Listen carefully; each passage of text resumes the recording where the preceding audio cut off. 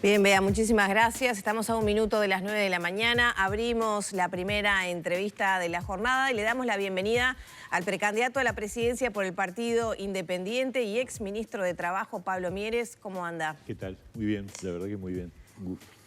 Usted en los días pasados hizo una propuesta concreta para que el lunes, después de las elecciones internas, cuando ya se hayan definido los candidatos de todos los partidos políticos, bueno, se firme un acuerdo para trabajar en rechazo a la reforma de la seguridad social, tema plebiscito, ¿no?, que está todavía en la órbita de la Corte Electoral en la contabilización de firmas. ¿Cómo surge esta iniciativa? Sí, por la preocupación que implica este plebiscito, esta iniciativa de plebiscito que impulsó el PIT-CNT, todavía no está validada, pero todo indica que en los próximos días se van a alcanzar las firmas. 30.000 firmas faltan. Sí, exactamente. La verdad que sorprende mucho la cantidad de firmas que fueron rechazadas. Es un récord, pero por lejos de cualquier otra convocatoria. Pero bueno, eso aparte, cada cual sabe con su conciencia cómo juntó las firmas.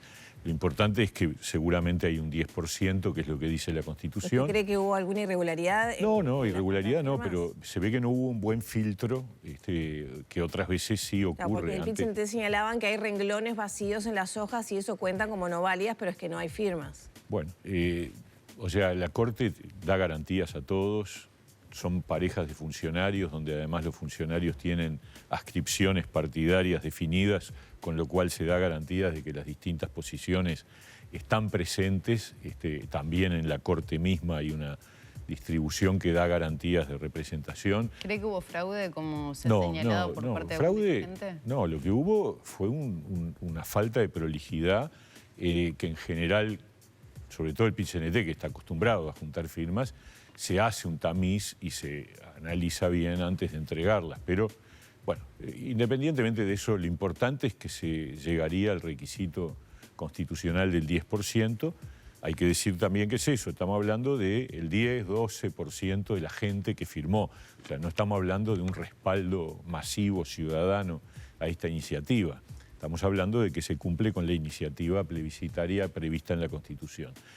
La verdad que el contenido es grave desde el punto de vista de los impactos que puede generar, sobre todo en el déficit del sistema previsional. Justamente lo contrario de lo que todos los partidos decíamos en el 2019 que había que lograr, es decir, bajar no, porque el déficit siempre va a haber. A ver, el pago de jubilaciones y pensiones en un país como el nuestro, demográficamente envejecido y con una extensión de la expectativa de vida, claramente va a mantener el déficit. Incluso la reforma que se votó el año pasado, la ley que está vigente, lo que hace es aplanar la curva del déficit. Y para comparar, para que se tenga una idea, y no elaborada por mí, sino por los técnicos del BPS, si el sistema no se hubiera reformado, en 25 años se hubiera incrementado en 2 puntos del PBI el déficit previsional. Con la reforma que hicimos el año pasado y la ley que está vigente, en 25 años va a aumentar 1 punto, o sea, la mitad de lo que hubiera aumentado en el caso de no haber hecho la reforma. Con el plebiscito, el incremento del déficit va 5 puntos para arriba, para que se hagan una idea de la magnitud del problema. Entonces, lo que yo digo es, hoy estamos todos los candidatos hablando de poner el foco en la pobreza infantil, reducir la pobreza infantil, aumentar prestaciones, transformación educativa. Bueno, lo que yo digo es, nada de eso se va a poder hacer si este plebiscito se aprueba. Porque lo que va a hacer este plebiscito, si se aprobara, es comerse todos los recursos para financiar un déficit incremental fabuloso. Que además eso en 25 años, en 30, en 40, se va a ir incrementando porque está muy mal pensado. Está pensado de una manera que la verdad se le vendió facilongamente a mucha gente que firmó, diciendo para mantener la edad en 60, para que las jubilaciones mínimas crezcan al nivel del salario mínimo nacional. Bueno, son déficits enormes. ¿Y tomar deuda no sería una opción? Lo que pasa es que yo te diría, más difícil todavía, porque además hay un tercer componente, que es el tema de confiscarle los ahorros a los ciudadanos en sus cuentas privadas de la SAFAP, lo que va a generar una caída de la imagen del Uruguay, una pérdida de imagen crediticia, con lo cual tomar deuda puede llegar a ser mucho más caro que ahora, porque este es el otro componente, además del déficit previsional, este plebiscito genera una afectación muy fuerte de esa imagen que el Uruguay ha construido entre todos los partidos, porque esto es una construcción colectiva de distintos gobiernos, de que se respetan los contratos, o sea, lo que significa confiscarle los ahorros a alrededor de 1,5 millones de uruguayos que tendrán más plata o menos en las AFAP, pero es de ellos, porque la están poniendo todos los meses de su bolsillo, de lo que le descuentan, es lo que se hizo en Argentina hace 15 años y fue catastrófico, con la AFJP. Entonces, por eso yo creo que está bueno que después de las internas, todos los candidatos, todos, no solo los de la coalición, también la idea es hablar con el candidato o la candidata que resulte vencedor en el Frente Amplio, decirle, vamos a ponernos de acuerdo en señalar que esto es inconveniente, en mandarle un mensaje a la ciudadanía para que no apoye un plebiscito que en caso de ocurrir tendría un impacto. Ahora, Mieres, ¿ha tenido algún contacto con los precandidatos frente amplistas o con los comandos de campaña? Se lo consulto porque claramente Carolina Cose firmó, dijo que no se iba a pronunciar hasta luego de las elecciones internas. Yamandu Orsi y su sector, o por lo menos sus asesores económicos, se han expresado en contra. Sí. Pero también hay una realidad, el Frente Amplio dejó en libertad de acción hasta el momento, por lo pronto. Por eso se lo consulto. Ahí hay criterios distintos, por lo menos, o posturas distintas frente al plebiscito. Sí, es verdad. La mayoría, casi la unanimidad de los economistas de todo tipo, de izquierda, de centro y de derecha, han dicho que esto es muy inconveniente, con distintas palabras, pero claramente en la misma línea de lo que yo acabo de mencionar. Y uno aspira a que esas señales sean, ojalá, unánimes.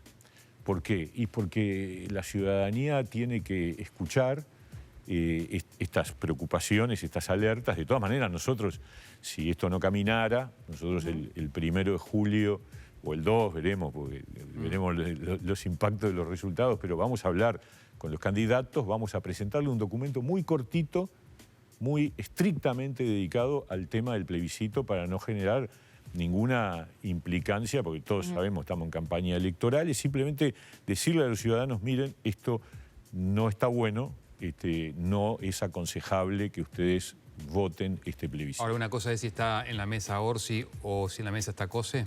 No sé, pero eso es un tema que seguramente ellos en el Frente hablarán más allá de estas diferencias.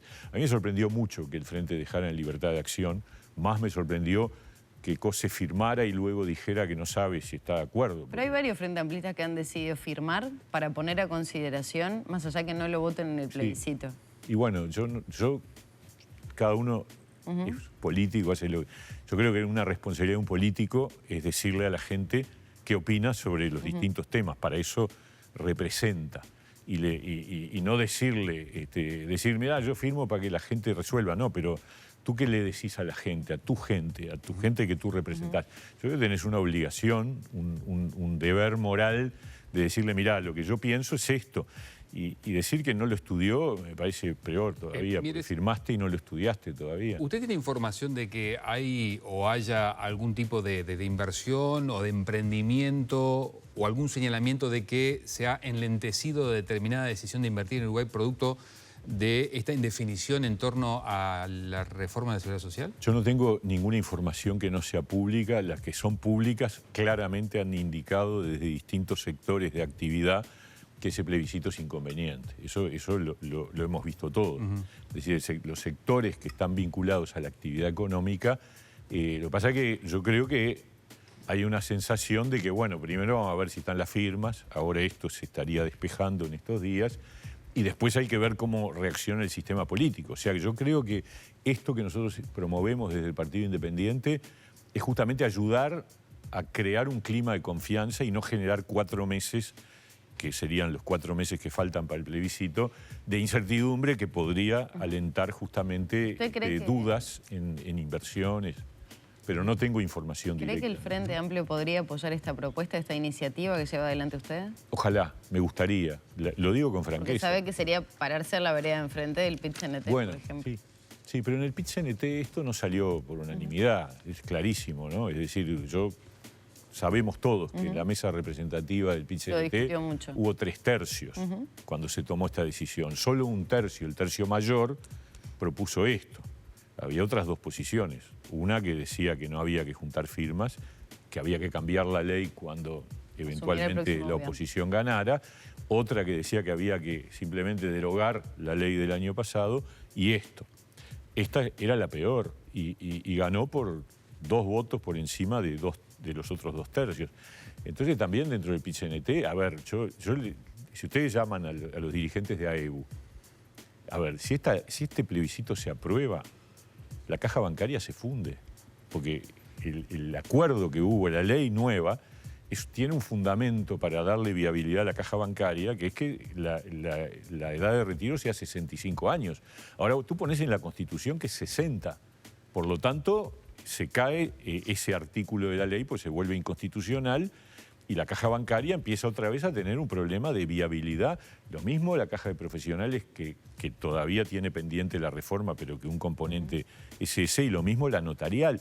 Entonces, todas estas cosas hacen que en la realidad de los hechos, la aprobación...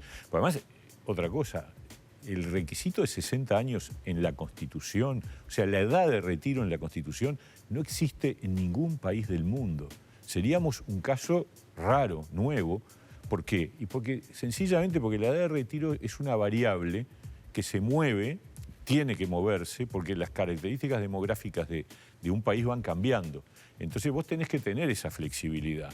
No es lo mismo. Nosotros cuando establecimos la edad de 60 años, la gente tenía una expectativa de vida hasta los 63, 64.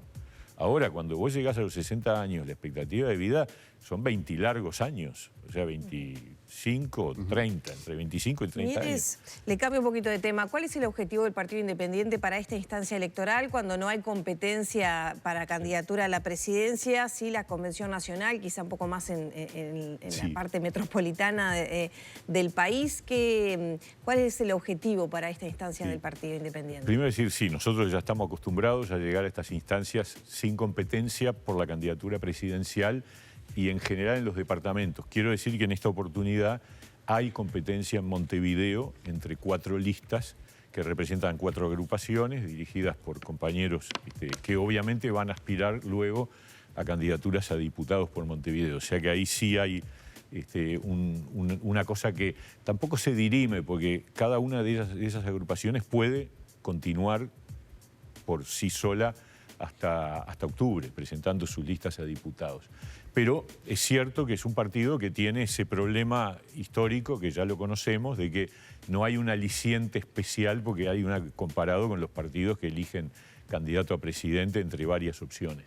Pero nosotros le hemos dicho a la gente, si ustedes sienten que este partido en estos años hizo un trabajo positivo, hizo un trabajo bueno en los distintos roles que nos tocaron desempeñar, nosotros le estamos pidiendo que el 30 de junio se expresen, porque es el piso de cara a octubre, que es donde se juega el futuro del país. O sea, yo digo, la campaña electoral a octubre, la primera etapa es el 30 de junio. Y entonces todo uruguayo, más allá de que sea del PI o no, que siente que este partido hizo un aporte serio, valioso, nosotros le pedimos que el domingo vaya a votar y que nos dé ese voto de confianza para arrancar desde un piso mayor. ¿Piensa que va a cumplir el objetivo de ampliar la base electoral del Partido Independiente? Las encuestas lo muestran como muy estable, ¿no? Bueno, depende de cómo lo midas, ¿no? Cuando medís por partido, simplemente con las etiquetas de los partidos, ahí estamos marcando el 1, en alguna un poquito más, en otra un poquito menos. Cuando estamos en candidaturas, en escenarios de candidaturas, todas las encuestas, las que conocemos, las que son públicas y las que no, están marcando entre el 3, 4, 5%. Entonces el partido ahí tiene una perspectiva, porque después del 1 de julio quedamos en la cancha 5, ¿no? El candidato del Frente y los 4 candidatos de la coalición. Y bueno, para octubre hay 4 opciones dentro de la coalición y nosotros nos tenemos fe para ser una parte importante dentro de esa mitad que supone la coalición de gobierno. En estas internas, la definición de la fórmula del PI tiene que ver con cuánto se marquen votos algunos dirigentes o pasa por otro lado, va por otro carril y es una definición que toma la dirigencia del PI? No, estamos avanzando en el diálogo, todavía no tenemos una definición formal tomada, pero es independiente de la decisión que ocurra en la interna. Y yo les diría que el objetivo nuestro es poder anunciarla en la noche del domingo, quizás el lunes, pero probablemente en la misma noche del domingo. ¿Podría ser Mónica Botero, su compañera de fórmula? Todavía no está definido, yo no quiero adelantar nada. Por ejemplo.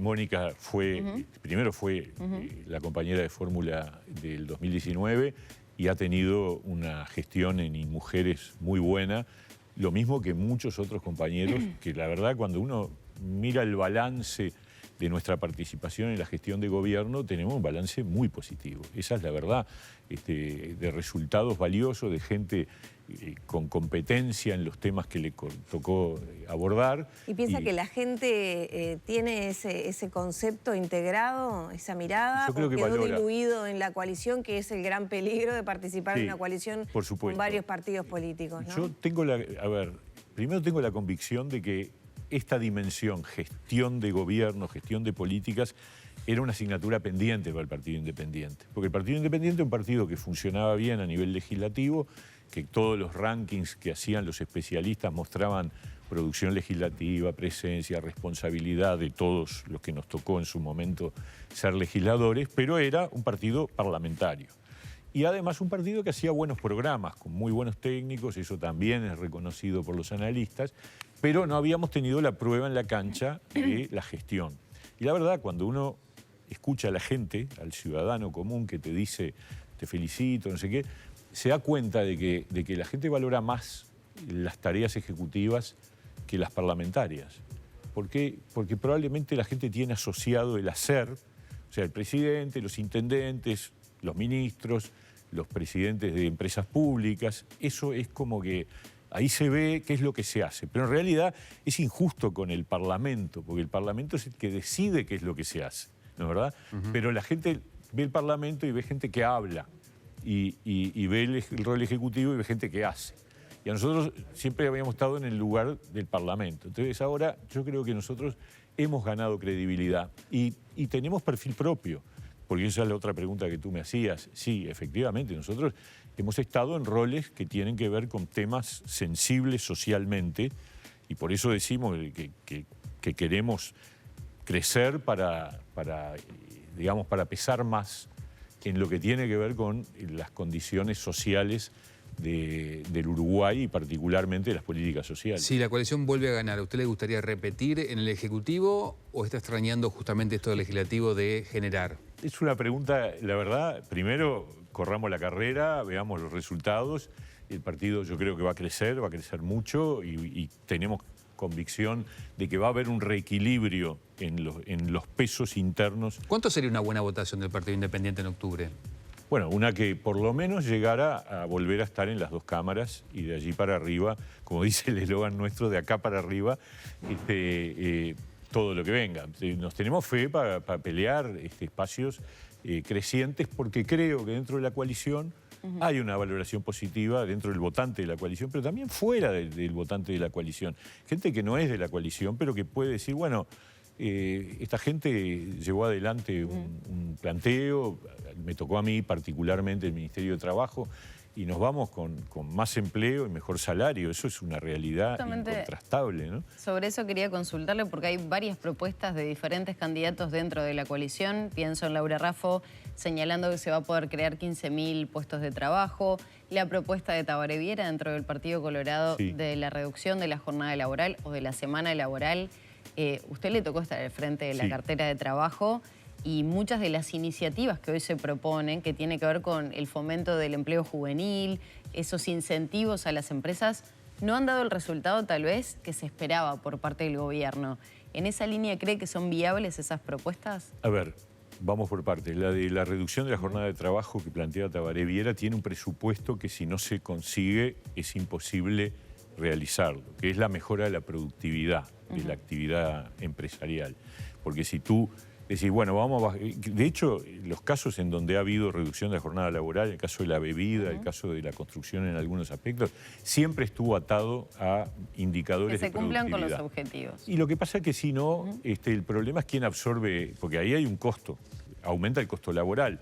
Si vos decís, bueno, tú vas a trabajar 4 días a la semana en vez de 5, o 5 días a la semana en vez de 6, pero te voy a pagar lo mismo, ahí hay un incremento del costo laboral para la empresa sin que haya un aumento salvo que haya mejora de productividad. Entonces, si vos lográs la mejora de productividad, que puede ser por razones de mejora de rendimiento laboral, pero también por otras razones, por incremento de tecnología, por muchas razones puede haber un salto de productividad.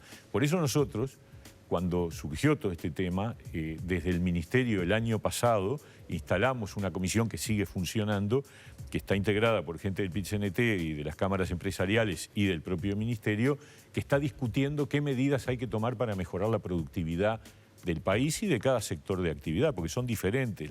No es lo mismo el que produce objetos que el que ofrece servicios. Entonces la productividad tiene distintas facetas. Eso con respecto al tema de la reducción de la jornada laboral. Con respecto a la creación de empleos, uno genera incentivos, no puede obligar a que se emplee. Entonces, hasta ahora, lo que es verdad es que la ley de empleo juvenil, tanto la del 90 como la que se hizo en la época del Frente, y esta otra que ya no es solo juvenil, sino que también es para mayores de 45 y para personas con discapacidad, incluso con un agregado, que es que para la primera experiencia laboral la exoneración de aportes patronales se mantiene si la persona sigue contratada después del año. No ha movido mucho la aguja, pero han movido alrededor de 6.000 puestos de trabajo creados al amparo de ese instrumento. Ahora, que pueda haber otros instrumentos más potentes y que podamos llegar a 15.000, de todas maneras, 15.000 puestos de trabajo es un poco menos de un punto de la población económicamente activa. O sea que tampoco es que te cambie la realidad laboral, pero está bueno. A ver, yo creo que en el fondo el problema del desempleo juvenil empieza en que tenemos el doble de niños pobres que la pobreza en el total de la población. Eso lleva a una fácil desafectación del sistema educativo y con baja educación tú no conseguís empleo. Entonces, el gran tema acá son estos dos primeros, es decir, bajar la pobreza infantil y continuar la transformación educativa con el objetivo de bajar o eliminar la deserción entre los gurises que no terminan enseñanza media. Y ahí entonces va a bajar el desempleo juvenil de una manera. Lo que pasa es que eso lleva tiempo, no es de un día para el otro. Mieres, muchas gracias por estos minutos. Encantado, un gusto.